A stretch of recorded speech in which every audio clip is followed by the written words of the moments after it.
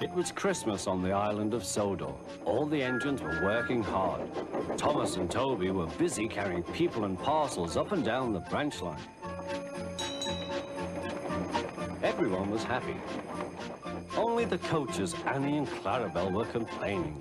It's always the same before Christmas, they groaned. We feel so full, we feel so full. Oh, come on, said Thomas. Where's your festive spirit? Christmas Day is almost here.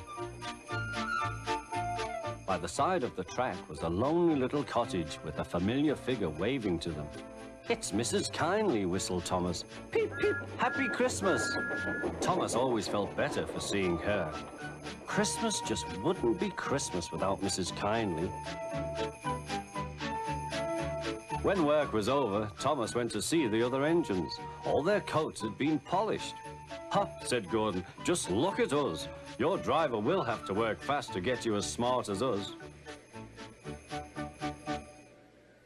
Never mind that, replied Thomas. I've something important to say.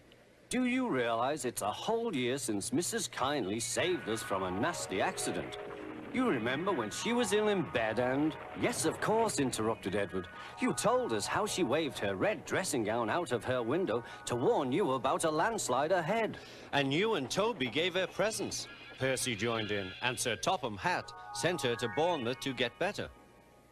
But, said James and Henry together, the rest of us have never thanked her properly. Exactly, said Thomas. So now I think we should all give her a special Christmas party. Everyone was getting very excited. The drivers felt sure that Sir Topham Hatt would agree, as indeed he did. The engines were all busy making plans when silence fell. Sir Topham Hatt had bad news. The weather's changed badly. Mrs. Kindly is snowed up. Toby says he'll help to rescue her. You must help too, Thomas. There's no party unless you do. Thomas hated snow, but he said bravely, I'll try, sir. We must rescue her. We must. There's a good engine. You and Toby will manage splendidly. Thomas charged the snowdrifts fiercely. Sometimes he swept them aside. Sometimes they stuck fast, and the men had to loosen them.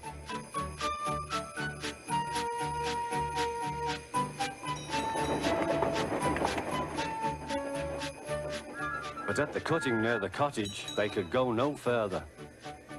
Look at that, exclaimed Thomas's fireman.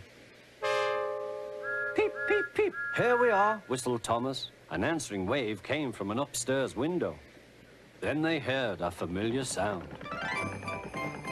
That's Terence, said Thomas. He's come to help too.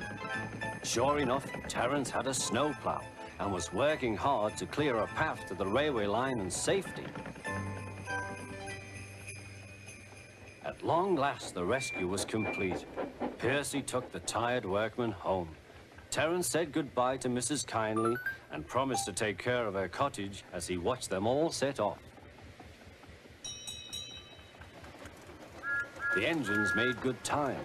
No more snow had fallen, but the yard was dark. Thomas's heart sank. Suddenly, all the lights went on. What a marvelous sight awaited Mrs. Kindly. Well done, said Sir Topham Hatt. I'm really proud of you all. Mrs. Kindly especially thanked the smaller engines. Thomas and Toby are old friends, she said.